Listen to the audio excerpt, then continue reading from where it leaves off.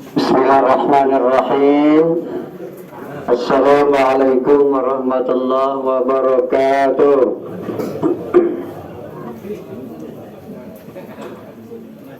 Alhamdulillahilladzi khalaqal mauta wal hayata liyabluwakum ayyukum ahsanu amala wa huwal azizul ghafur.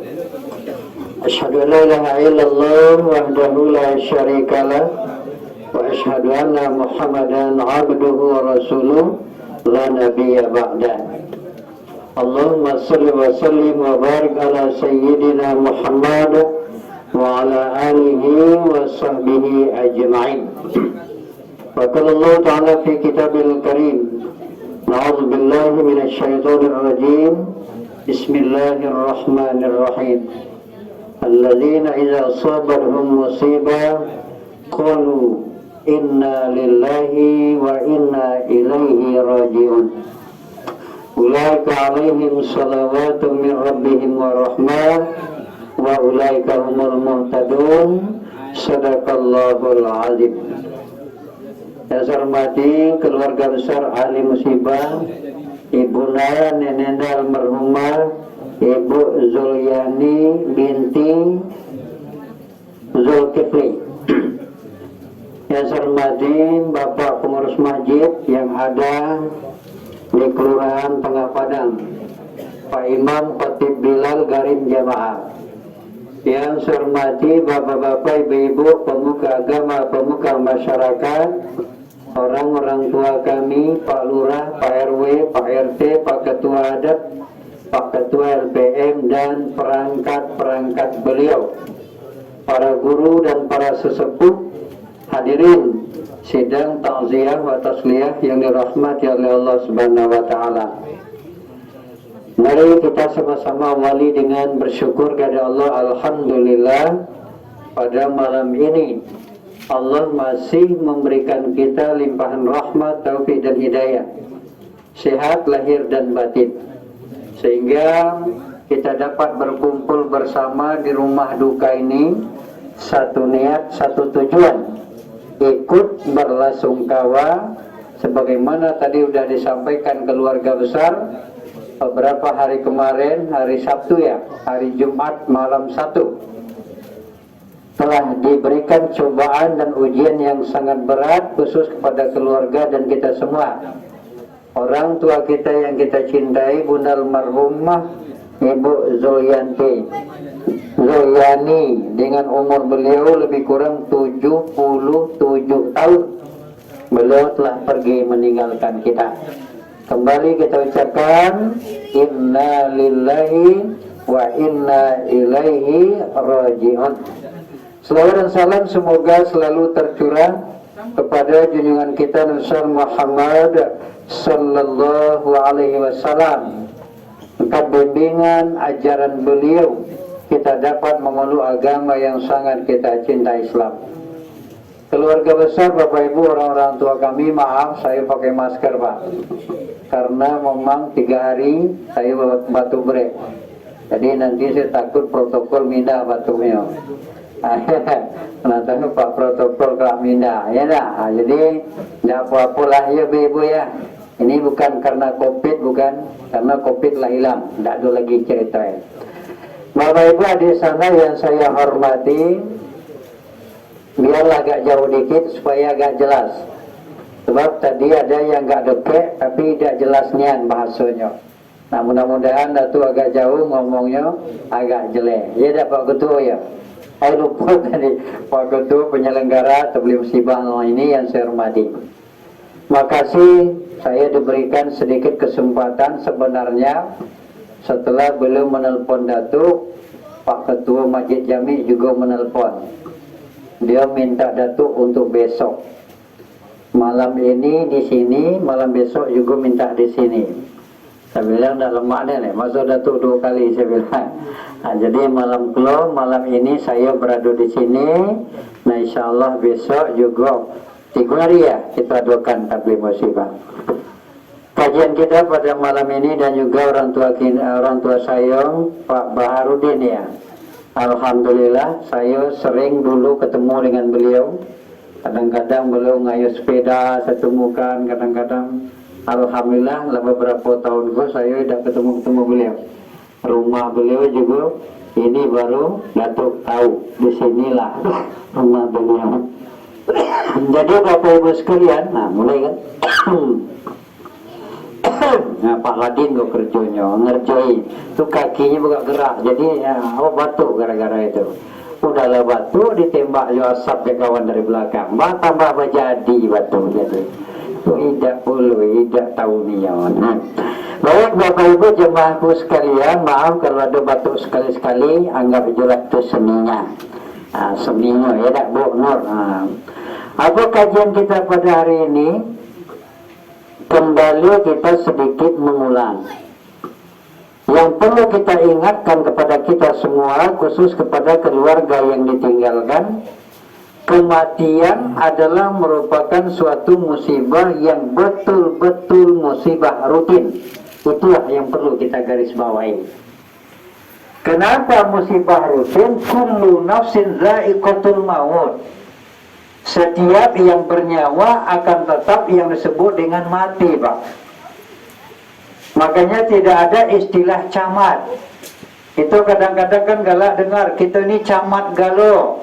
Apa tu camat Datuk? Calon mati, mati dah ada nama calon. Mati itu mutlak Bapak Ibu, la yastakhiruna sa'ah wa la yastaqdimun. Kalau janji itu dah sampai, tidak bisa dimaju dan tidak akan pernah bisa dimundur. Inilah masalah kematian. Allah tidak akan jenguk ni tua, muda, kecil, besar, berpangkat dan biasa. Kalau janji baik apa tua apa mudanya lewat. Makanya kepada orang-orang tua-tua kami ini jangan sampai stres. Kadang-kadang Pak mulai stres. Berapa umur para dia? Weh lah hampir 80. Rasul-rasul tidak kelama lagi udem lah. Janji itu di tangan Allah. Di dusun saya kemarin tuh Pak, Masya Allah ya, makan lontong tunjang Pak. Wih, dah tanggung-tanggung kayak itu makan lontong tunjang. Akhirnya apa? Diwawancara ke kawan, Pak, berapa umur? 100 tahun. 100 tahun masih makan lontong tunjang, bahkan? Jadi dah usah. Yang sedihnya kadang-kadang ada 20. Kalau umur 60 mulai ngomong, Pak Ustaz, apa aku nila pensiun. Jadi apa Pak? Lamati lokak, lamati pajak. Tidak ada istilahnya orang pensiun mati lokak, mati pajak. Saya dah setuju dengan bahasa itu sebenarnya. Berarti selama kerja mencari lokak itu kerja. Jadi Bapak Ibu sekalian, banyak kerja yang harus kita kerjakan. Atau cucu kasuh. Di belakang rumah kandang ayam dibuat. Sibuk gitu. Bahkan lebih sibuk daripada kerja sebenarnya. Kalau kita mau. Jadi tidak ada istilah tua, muda, kecil, besar. Kalau janjilah sampai, Allah akan tetap mengambil. Apakah dia sakit apa tidak? Sakit bukan penyebab suatu kematian. Banyak orang sakit, belum tentu dia mati. Banyak orang yang selalu yang sehat, malam itu ngomong, ngobrol kayak gitu. Besok namanya dia diumumkan di masjid. Innalillahi wa inna ilaihi raji'un. Telah berpulang ke rahmatullah. Tercengang weh. Apa iyo? Apa iyo? Saking kita tidak yakin, Pak. Bukan innalillahi dibaca. Apa iyo? Nah ini. Inilah kematian. Makanya kepada adik-adik sana kami yang ditinggalkan, pertama sekali tolong ikhlaskan keberangkatan ibunda almarhumah. Ikhlaskan betul-betul karena Allah. Nah di samping itu juga memang kita sadar nih, kalau kita dapat cobaan ini, setan itu tidak akan pernah tinggal diam. Dia akan mencari celah di mana iman kita akan goyang. Itulah kerjanya setan. Makanya perbanyaklah istighfar, perbanyaklah minta ampun, perbanyaklah zikir kepada Allah supaya hati bersih, hati yang suci, hati yang bersih akan ikhlas menerima cobaan Allah yang sangat berat. Bagaimanapun beratnya cobaan Allah, dia akan bisa menerima dengan keikhlasan. Makanya hati yang pertama yang harus kita bersihkan. Sebab hatiku ngomong banyak juga Bu ya. Ada 3 tuh hati Pak. Ada namanya qalbun mayit, hati yang sudah mati. Ada qalbun marid, hati yang sakit. Ada qalbun salim, hati yang bersih. Qalbun mayyit, insya-Allah orang muslim tidak ada. Sebab kalau lah mati itu ada kalimat di belakang, khatamallahu ala qulubihim, telah diberikan tinta merah tu hati mereka. Sekalipun corong masjid dihadapkan ke telinganya, yang dia tidak akan pernah naik ke masjid. Itu hati yang sudah mati. Ada lagi namanya qalbun marid, hati yang sakit. Ini tidak tertutup kemungkinan. Apa ciri hati sakit, Bu? Satu, dia tahu senang berbuat dosa. Yang kedua, senang berbuat maksiat. Yang ketiga, orang tua yang tidak mau diluruskan oleh yang muda. Lah jeleh itu orang tua salah, dibenarkan oleh yang muda. Dia merasa tersinggung dan merasa terhina. Inilah hati-hati yang sakit. Ini masih banyak orang tua yang punya hati sakit itu, Bu. Apa tuh? Ego masih tinggi. Di nasihat cucu mana? Kemarin ingus kau berkeluar pacak puluh nasihat tiga. Ini Bapak Ibu sekalian. Jadi hati-hati yang seperti ini kita obat. Apa obat hati itu? Banyak obat hati sebenarnya supaya hati bersih. Satu, ibu-ibu rutinkan qiyamul lail, itu obat hati itu. Tolong dirutinkan qiyamul lail, sholat malam, kita berusaha. Sebab doa di dalam sholat malam insya Allah rasanya langsung berhadapan dengan Allah. As-sholah mi'rajul mu'minin. Yang kedua, obat hati, jangan tinggalkan Al-Quran setiap hari sekalipun satu ayat. Jangan lupa ngaji. Yang ketiga, obat hati, insya Allah luangkanlah waktu pagi hari untuk melaksanakan sholat sunat duha. Itu obat hati itu Bapak Ibu. Sebab kata Nabi, orang yang sholat sunat duha itu pahalanya tinggi. Barang siapa kata Nabi yang sampai 8 atau sampai 12 rakaat, nanti insya Allah akan diberikan 12 gedung di surga yang dililit oleh emas, intan dan berlian. Yang keempat, obat hati, kemanapun kita nak pergi, turun dari rumah, bismillah, tawakkaltu ala Allah, tolong dalam keadaan berwudu. Yang kelima, rutinkan tuh solat berjemaah, apalagi rumah dekat masjid. Masjid tidak boleh, aku perlu dipertanyakan. Yang keenam, banyaklah infak dan sedekah, insya Allah. Dan yang ketujuh, berzikir, basahi selalu lidah dengan zikir kepada Allah. Kalaulah bersih hati, insya Allah keluarga kami yang ditinggal akan ikhlas dan ridho menerima cobaan Allah. Yang kedua, sabar, itu menghadapi cobaan. Mungkin masalah sabar itulah sakit pala gitu. Lah seringnya kita dengar kalimat itu. Setiap ada musibah sabar, setiap ada tuh sabar. Tapi memang benar, ngomongnya mudah, tapi mempraktekkan bukan semudah yang diucapkan. Jangankan kematian Bu Ibu Pak, ke anak Bu kadang-kadang kita tidak sabar. Ke anak pagi-pagi contoh ibu-ibu ya, Bu, aku sekolah, ya nak lah bersalam. Berapa dikasih belanja? 5.000. Apa kata si anak? Aku les sampai sore Bu, tambahlah 5.000 lagi. Mulai ngamuk. Kau ni duit ke duit dia, payah nyari duit ini. Mulai tu Pak, anak dia cerita. Kau tahu tak, ibu dulu, bapak dulu, tanya ke bak kau tu, seminggu belanja Rp10.000 zaman ibu. Tidak pacak lagi itu dijual ke anak tu. Apa kata anak, zaman ibu, zaman kami berbeda, mati tu. Ibu dulu beli lontong Rp5 dapat sepiring. Ini jenguklah beli lontong Pak, paling tak 10.000 baru dapat sepiring. Berbeda. Tapi karena sabar itu tidak, ujung-ujungnya tapi kasih juga sebenarnya. Tapi diomeli dulu. Akhirnya ambillah, diomeli dulu. Makanya saya sering sampaikan kepada ibu-ibu nih, anak-anak tak boleh diomeli. Ada 2 tempat, itu tak boleh diomeli. Tolong ibu-ibu dengar benar ini. Ya Allah.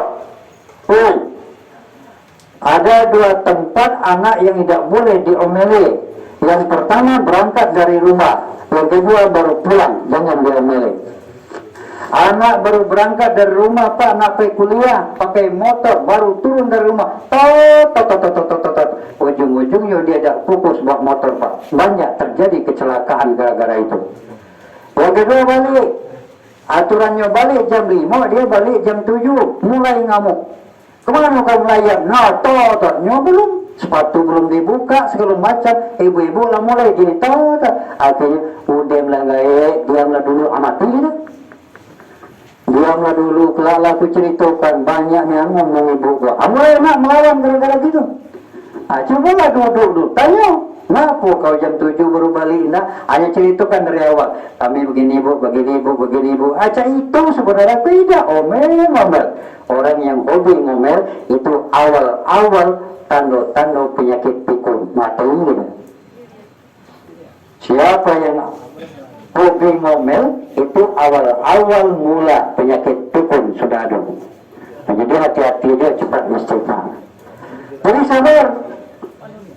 Nah, di samping sabar, jangan lupa bersyukur. Alhamdulillah Bapak Ibu sekalian, Ibunda almarhumah sampai umur 77 tahun. Anak-anak yang ditinggalkan, cucu yang ditinggalkan dapat berbakti untuk orang tua. Ini yang kita syukuri, Pak. Bukan balas jasa. Sebab kalau balas jasa, tidak akan pernah mak tu bisa kita balas jasa. Apalagi seorang ibu, bapak ibu ya, setetes air susu seorang ibu tidak akan pernah bisa dibalas oleh sang anak. Makanya doa-doa orang tua kepada anak apa? Rabbi habli minas solihin. Jadikanlah ya Allah anak-anak kami anak yang soleh, solehah, yang berbakti pada agama bangsa dengan patuh ke orang tua. Jadilah.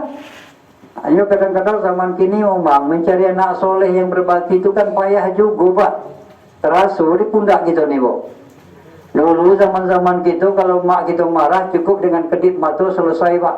Saya ingat dusun tuh. Salah gitu, mak ngedipkan mata. No. Kita tahu nih tuh, tandanya kita salah. Berhenti gitu. Kalau gini, salah cucu, cobalah kedipkan mata.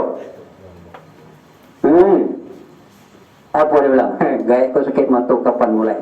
Mata gitu, dari kecilnya sakit itu. Ya jangan baca. Ujung-ujungnya apa? Anak seleh banyak. Bukan anak yang berbakti, anak seleh. Ibu-ibu bacalah media, sedih gitu. Ada di TV saya dengar tuh, saya tontonin, Pak.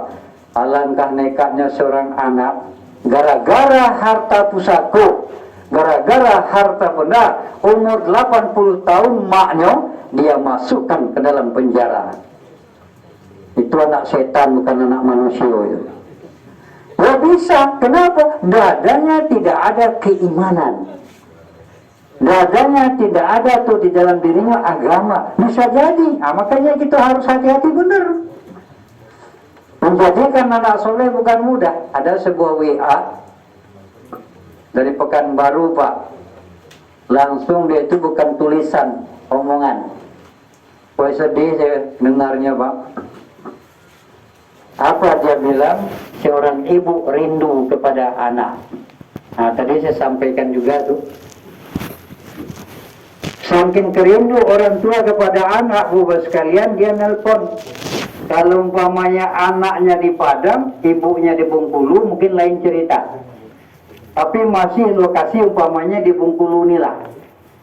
Umpamanya di sini anak tinggal di Seluma. Kan tidak jauh tuh, Pak. Akhirnya ibu nelpon. Assalamualaikum nak. Waalaikumsalam bu. Nak lah sebulan kau udah jenguk mak, tidak rindu kau ke mak. Bayangkan, rindu seorang ibu. Apa jawab anak? Tidak ada waktu aku bu, sibuk nian. Gara-gara sibuk, dah ada tuh bisa jenguk mak. Gara-gara lahun walaibun sendagurau dunia. Sedihnya seorang ibu bukan main. Ya udah, minggu besok telepon lagi. Assalamualaikum nak, waalaikumsalam. Lebih pula sebulan kau dah jenguk mak. Tapi tadi kawan kau ketemu ke ibu, dia bercerita kau tuh bagus sekarang ya nak. Apa tuh bu? Kau baru beli rumah baru ya nak. Iyo bu, alhamdulillah. Berita dapat terus. Belum juga nampak wajah dia depan ibu dah. Nah kemudian selanjutnya minggu yang ketiga nelpon lagi ibu tuh. Assalamualaikum, belum juga kau datang ke emak. Iya sibuk dia ke Yona. Tapi ibu dapat berita kau baru beli mobil baru Yona. Dapat terus berita ke ibu. Itulah cucu ibu tuh nak minta mobil baru terus terpaksa aku belikan. Alhamdulillah. Yang sedihnya bu bapak, telepon minggu yang keempat. Itu sedihnya. Assalamualaikum nak. Waalaikumsalam lah. 2 bulan kau dah jenguk mak. Tidak rindu kau ke mak saya. Tapi dah apa-apalah, berita kau mak selalu mendapat. Apa berita terakhir kau baru balik dari luar negeri ya nak? Iya bu, kau baru balik dari Belanda, kata kawan kau. Iya bu, aku baru balik dari Belanda. Apa luka kau ke Belanda nak? Melihat anjing bu. Bayangan pak, hanya membeli seekor anak anjing ke Belanda karena cucu ibu tu rindunya senangnya anjing, mau anak anjing seperti kucing Anggora itu. Sampai ke Belanda dibeli. Ada waktunya untuk membeli anjing ke Belanda, bayangkan. Berapa kau beli nak? 40 juta bu. Ibu bertanya, di mana kau bikinkan kandangnya nak? Di depan rumah bu, di depan pintu. Saya bikinkan kandangnya bagus-bagus di depan pintu supaya apa? Kami dapat mengawasi sekeluarga. Mahal bu, kita beli 40 juta. Makanya kami perhatikan susunya, kami perhatikan makannya, kami perhatikan buang airnya supaya tidak sia-sia duit 40 juta. Apa kata ibu kalimat terakhir? Nah, kalau seandainya memang ibu mati, ibu akan minta kepada Allah. Ya Allah, ya Tuhanku, tolong ya Allah, hidupkan aku kembali. Tapi jangan aku dihidupkan seperti seorang manusia ya Allah. Hidupkanlah aku seperti seekor anak anjing. Kenapa dia minta seekor anak anjing? Supaya anakku membikinkan kandang di depan rumahnya, dapat memperhatikan makanannya, dapat memperhatikan susunya dan segala macam. Hanya itu ya Allah, aku yang minta. Coba bayangkan Pak. Inilah rintihan seorang ibu. Makanya Bapak Ibu, dosa paling besar nomor 2. Wa'budullah wa la tusyrik billah. Syirik satu. Wa bil walidaini ihsana. Sembah Allah dan janganlah perserikatkannya, berbuat baik kepada kedua orang tua. Dosa paling besar nomor 2 melawan ke orang tua. Setetes air mata orang tua jatuh, ibunda jatuh gara-gara dosa seorang anak, akan menjadi bahan api neraka. Isra dan Mi'raj ditemukan oleh Rasulullah. Dalam Nabi, dalam riwayat sejarah Isra dan Mi'raj, Pak, ketemu seseorang yang memegang setengah gelas air. Pegang. Anehnya setengah gelas air itu Bapak Ibu disiramkan ke dalam api yang sedang bergejolak. Api itu mati Pak. Hanya setengah gelas air bisa mematikan api sebesar itu. Jalan pagi Rasulullah dengan ketemu yang sama, memegang setengah gelas air, disiramkan ke dalam api, api semakin membara, semakin besar. Ditanyalah oleh Rasulullah, hei Jibril, tadi itu ada setengah gelas air disiram ke dalam api, api itu mati sebesar itu api. Air mata, air apa tuh ya Jibril? Itu adalah air mata seorang ibu. Kenapa air mata seorang ibu bisa mematikan api sebesar itu? Itu bukan air mata kesedihan, tapi air mata kebahagiaan. Apa contohnya? Lah 5 tahun cucu tidak balik.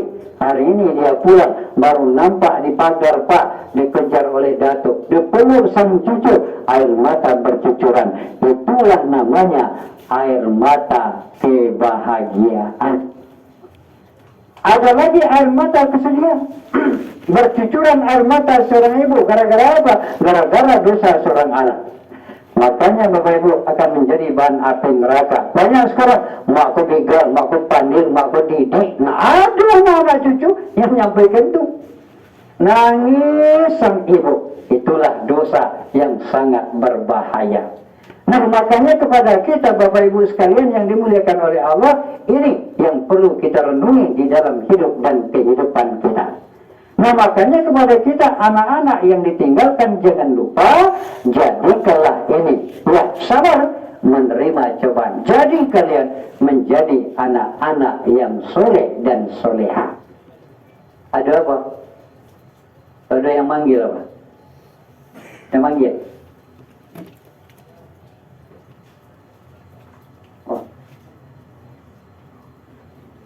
Oh bergerak-gerak apa tak sinyalnya tak.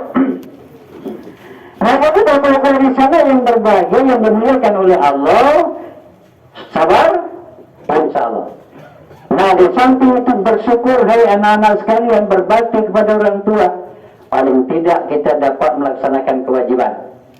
Mak kita sakit, mungkin ada anak kemarin yang membawa ke rumah sakit, umpamanya begitu, yang menyuapin nasi ke mulutnya, yang memandikan mak kita, apalagi di saat beliau mengembuskan nafas terakhir. Ini PR juga bagi kita. Apa kata Allah di dalam hadis kursi, Pak? Orang yang dalam keadaan sakratul maut, yang setan tidak akan pernah tinggal diam. Dia akan datang supaya iman kita goyang, dicari celah-celah di mana iman itu akan lari. Itulah terjunnya setan. Makanya tidak tertutup kemungkinan ada orang yang di saat meninggal dia menjerit-jerit, Pak. Kenapa? Karena hobinya menjerit. Ada saya temukan, Pak, orang yang akan meninggal carut marut. Kenapa dia hobi? Karena pekerjaannya semasa hidup dia nyarut marut, tak sempat bertaubat. Ada lagi itu orang yang akan meninggal jarinya gemetar terus, begini terus jarinya, bergerak terus. Dalam kabutlah, cemanu kok jari bergerak terus. Akhirnya rahasianya Pak Imam tahu, aku tahu rahasianya. Dikasihnya HP lewat, kiranya semasa hidup hobi main game. Main WA, main game, acak ini aja jari. Jadi mati juga, inilah cerita. Hati-hati ibu-ibu, adik-adikku yang hobi main game itu. Ya, pekerjaan sehari-hari dibayarkan, itulah kerja setan. Ya, itu kerja setan. Bersyukur, disitulah namanya talqin. Orang-orang yang dalam keadaan sakarat, itu dianjurkan ditalkinkan. Yang lebih afdol mentalkinkan adalah anak. La ilaha illallah. Nah, kemudian kita yang hadir dianjurkan oleh Allah dalam hadis kursi itu adalah membaca Yasin. Dengan bacaan Yasin, rohnya akan plong keluar. Itu disampaikan oleh Rasulullah di dalam hadis kursi oleh Allah. Nah, ini bersyukur adik-adik sanak kami dapat melepaskan orang tua, dapat memandikan, dapat mengapani, dapat mensolatkan dan mengantarkan ke kubur. Kalau umpamanya 8 bulan sebelumnya, tidak baca kita. Iya, karena apa? Suasana Covid. Banyak istri yang meninggal, suami tidak baca memandikan, anak tidak bisa memandikan. Saya ingat nih Bapak sekalian, memang benar ya. Orang-orang yang akan meninggal sebenarnya 40 hari menjelang dia meninggal, itu tanda sudah diberikan. Tapi kita manusia biasa tidak bisa nangkap tanda itu kok. 40 hari orang yang akan meninggal, itu tanda sudah diberikan. Tapi kita tidak tahu. Kapan tahu tanda itu? Setelah beliau meninggal, baru kita tahu tanda. Oh iya, kemarin begini. Baru tandanya bisa kita lihat. Saya ingat Bapak Ibu, 2020, saya membawa jemaah umroh 43 orang ke Mekah. Ada salah seorang ibu, namanya Ibu Yun, orang gitu Lingkar Timur. Alhamdulillah bisa dia umroh wajib, kemudian juga bisa umroh sunat. Di dalam umroh sunat itu memang agak berat. Sampai sal itu, sal leher, sepegang ke leher, selebihkan ujungnya ke belakang. Tolong Ibu Yun pakai, pegang. Dipegang, alhamdulillah selesai tawaf, selesai sa'i. Tapi ada kalimat terakhir, apa dia sampaikan? Pada itu, ya Bu, Ibu minta sesuatu di tanah suci ini boleh nggak? Tiada tuh. Saya bilang, Bu, ada yang bisa saya berikan, akan saya berikan. Ibu mintalah, kalau memang bisa akan saya berikan. Tidak banyak mintanya, Bu. Apa mintanya satu? Datuk, tolong kasihkan ibu selembar kain ihram. Jadi kain ihram yang saya pakai di sana itu dia minta, Pak. Saya bilang, Bu, jangankan selembar, kedua-duanya nanti akan saya berikan di Bengkulu. Tapi saya cuci dulu. Saya berikan. Kenapa? Kalau seandainya ibu mati dulu, kain ihram datuk itu akan ibu jadikan sebagai selembar, sebagai kain kafan. Merinding boleh pujuk saya tanah suci Mekah, Pak. Loh, ibu apa dia bilang, mati. Tapi memang benar. 2 minggu, 2 bulan setelah dia balik dari tanah suci, diambil oleh Allah. Tapi seminggu menjelang dia meninggal, tuh, Kain ihram dan seberi sudah disiramnya dengan air zam-zam.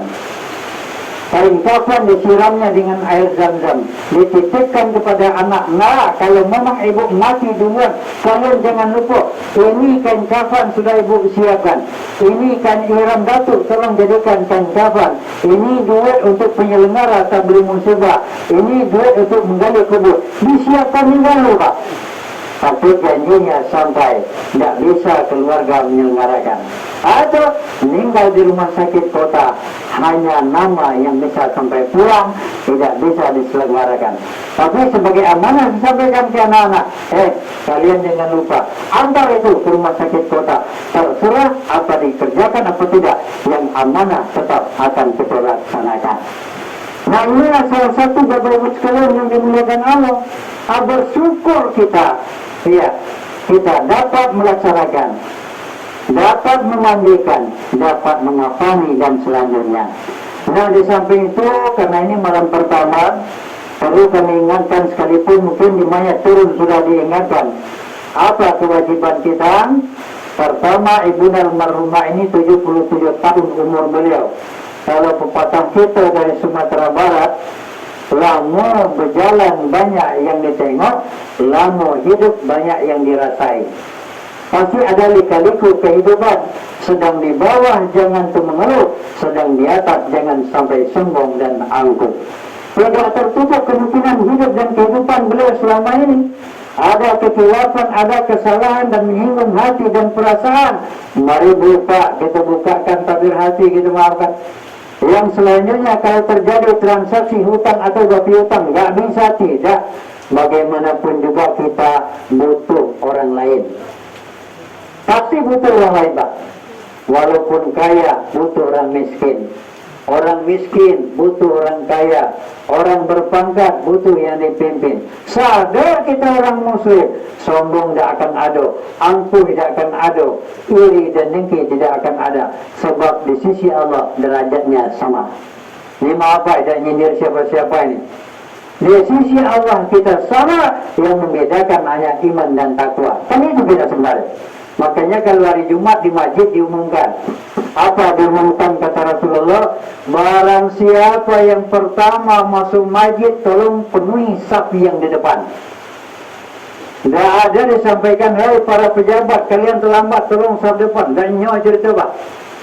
Hai orang kiri, orang tukang sapu, walaupun kau pertama datang, duduk di belakang. Dan nyawa. Tapi yang anehnya zaman kini gila Pak. Hai itu orangnya dah ada sejadahnya duluan. Duduk sejadahnya sholat di depan para dia. Ikut gue hebatnya zaman gila sekarang. Nah jadi Bapak Ibu sekalian, hakikatnya kita salah. Tidak bisa kita. Nah makanya jangan sombong, jangan angkuh. Sampai di mana harta benda? Sampai di mana pangkat dan jabatan? Sampai di mana itu gelar dan segala macam? Kalau kita mengantar mayat ke kubur, dengar Bapak Ibu, yang mengantar hanya 3 W. 1, harta benda, pangkat, jabatan, gelar termasuk. Yang kedua, anak, istri, suami, masyarakat. Yang ketiga, amal. Amal 2, ada soleh, ada soleh.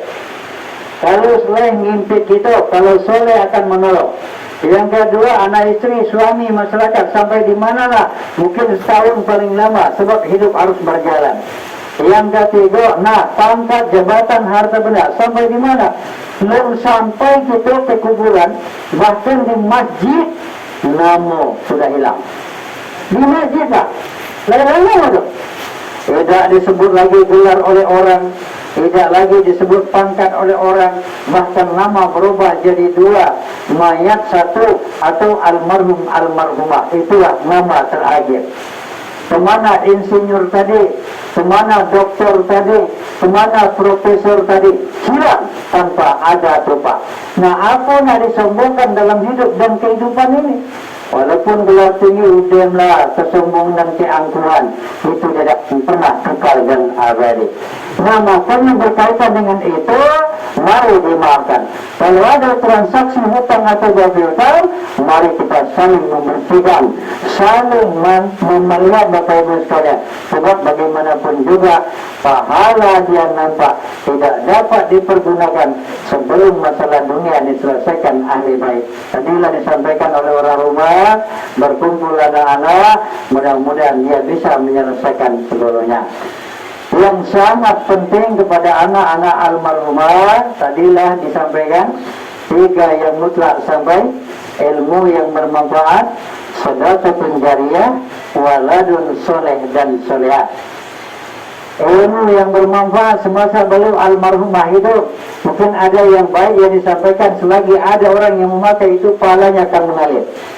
Yang kedua, sedekah jariyah. Boleh dah anak-anak bersedekah ke orang tua? Boleh, Pak. Insya Allah niatkan orang tua boleh. Makanya setiap saya bawa jemaah ke tanah suci, di situ selalu saya adakan paling tidak sekali, Pak, atau salat malam. Saya bawa tu jam 2:30 kami berada di depan Masjid Nabawi di Mekah. Sudah salat malam sampai 8-12 rakaat, kemudian diadakan tausiah. Nah, apa inti tausiah pengajian di saya itu sering kami sampaikan, menyentuh hati para jemaah. Bapak Ibu, ya, pernah tidak kita membayangkan kita ada di sini? Pernah tidak kita bayangkan kita ada di halaman Masjid Nabawi ini? Tidak pernah kita bayangkan selama ini. Jangankan berada di Masjid Nabawi itu, Pak, ya, jangankan berada tanah suci, syukur-syukur makan minum dapat pagi habis sore. Sama ini nyatanya kita berada di sini. Pernah nggak terbayang ibunda kita terbayang sama dengan kita? Apa sama juga ada dalam hatinya ingin ke sini, tapi di saat itu belum bisa. Syukur-syukur kita dapat sekolah. Nah, jadi apa kewajiban kita? Lah berada kita di tanah suci ini, mari kita beribadah untuk orang tua. Makanya saya program ada 3 kali umrah. Saya program berdua tadi. 1 umrah wajib untuk kita, yang kedua umrah sunat untuk mak kita, yang ketiga umrah sunat untuk mak kita. Kapan lagi kita nak beribadah untuk orang tua mumpung kita berada di tengah suci? Itu selalu saya ingatkan kepada jemaah supaya dapat beribadah. Itulah namanya sedekah jariyah. Nah, kemudian doa makul ibadah mul ibadah mital jannah. Doa otak ibadah ibu dan kunci daripada surga. Banyak-banyak berdoa. Tapi adik sanak kami yang ditinggal, jangan lupa panjang doa tapi solat tolong disempurnakan. Insya Allah sempurnalah solat dengan jalan utlubul ilma, dengan menambah ilmu. Banyak sarana ilmu sekarang, media-media bertebaran, tinggal kepada kita. Bisa tak kita manfaatkan itu media? Contoh HP, banyak ilmu di dalam HP itu. Apapun ada di dalam HP itu. Jadi kepada kita tidak akan sempurna ibadah kalau kita tidak dasar ilmu di dalam hati kita. Makanya kepada keluarga, tingkatkan ilmu insya Allah dan banyak berdoa. Mudah-mudahan ibunda almarhumah sempit Allah lapangkan, panas Allah dinginkan, dan ditempatkan pada surganya Allah. Amin ya rabbal alamin. Dan yang kedua, jangan lupa tolong dijaga orang tua kita, mbak kita masih ada. Jangan sampai beliau bersedih gara-gara perbuatan kita. Muliakan beliau. Mudah-mudahan jadi kita menjadi anak yang berbakti. Kepada kita yang hadir, mari kita jadikan kematian pelajaran Bapak Ibu, sebab kita tidak tahu janji kita. 3 hal rahasia Allah kita tidak tahu: kapan kita akan mati, bagaimana keadaan mati, dan di mana kita akan mati. Makanya salah satu mencari kekhusyukan di dalam sholat, anggaplah sholat isya ini sholat terakhir kita kerjakan. Belum tentu kita sampai subuh besok. Sholat subuh besok, nah anggap sholat subuh terakhir, belum tentu umur kita sampai kepada sholat zuhur. Insya Allah, kalau begitu mudah-mudahan semakin khusyuklah kita di dalam ibadah, mumpung nafas belum sampai ketemburukan. roh kita belum sampai ke tenggorokan. Mari kita sama-sama memuhasabah diri, merenungi diri. Ujung-ujungnya nanti kita akan kembali mempertanggungjawabkan kepada Allah. Jangan ada nanti kalimat menyesal. Rabbana absarna wa sami'na farji'na na'mal salihah inna muqinun. Rabbana absarna, ya Allah, kami telah melihat azabmu yang pedih. Wa sami'na, kami telah mendengar azabmu pedih, kami tidak tahan. Farji'na, kalau boleh ya Allah kami bermohon kembalikan kami ke dunia. Untuk apa? Kalau minta kembali na'mal salihah, kalau kami diberikan kami berjanji berbuat amal soleh. Kenapa kami kepada Allah? Inna muqinun, baru kini kami yakin. Kalaulah nanti suatu keyakinan, tidak ada arti suatu keyakinan. Walaupun roh belum sampai ke tenggorokan, marilah kita bersama-sama merenungi diri. Mudah-mudahan kematian akan menjadikan keimanan kita semakin baik, akan meningkatkan ketakwaan kita kepada Allah. Inilah pada malam yang ketiga yang pertama ini. Tadi kata Pak Ladin 4 jam, lah sampai 4 jam tuh. InsyaAllah ya, mudah-mudahan bermanfaat. Besok malam kedua ya, sama orang ketiga. Mari kita ramai-ramai, karena memang ahli baik menunggu kita supaya dapat kita menyiram atau memberikan hiburan kepada beliau, karena memang mereka adalah orang-orang yang dapat cobaan dari Allah. Mari kita tutup berdoa. InsyaAllah mudah-mudahan doa kita dijabah oleh Allah. Al-Fatihah.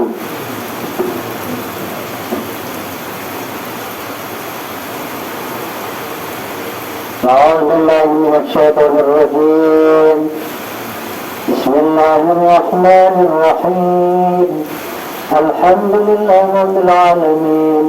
Wassalatu wassalamu ala asyrafil anbiya'i wal mursalin wa ala alihi wa sahbihi rasulillahi ajma'in.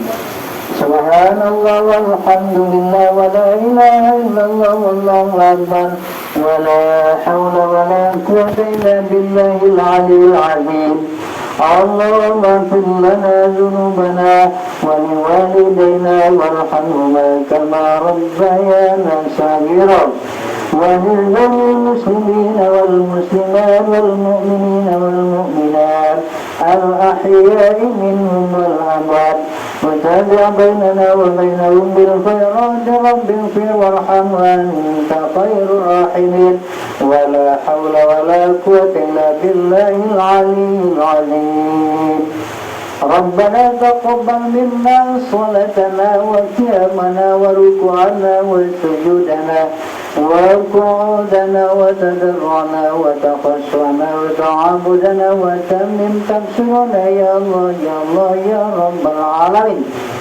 اللهم إنا نسألك السلامة في الدين وعافية في الجسد وزيادة في العلم وبركة في الرزق وتوبة قبل الموت ورحمة عند الموت ومغفرة بعد الموت.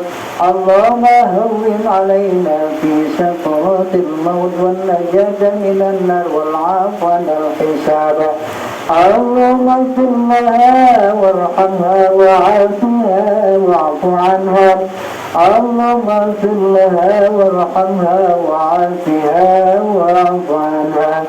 اللهم اغفر لها وارحمها وعافها واعف عنها خصوصا إلى الروح المرحومة زرياني بنت زركفي.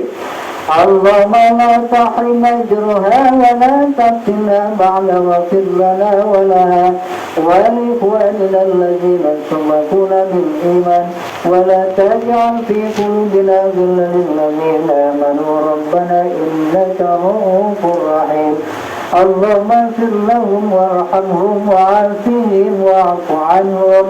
اللهم لا تحرمنا أجرهم ولا تفتنا بعد واغفر لنا ولهم ولإخواننا الذين سبقونا بالإيمان ولا تجعل في قلوبنا غلا للذين آمنوا ربنا إنك رؤوف رحيم ربنا لا تزغ قلوبنا بعد إذ هديتنا وهب لنا من لدنك رحمة إنك أنت الوهاب ربنا آتنا في الدنيا حسنة وفي الآخرة حسنة وقنا عذاب النار وصلى الله على سيدنا محمد وعلى آله وصحبه رسول الله أجمعين سبحان ربك رب العزة عما يصفون والسلام على المرسلين والحمد لله رب العالمين أستغفر الله العظيم تقبل الله منكم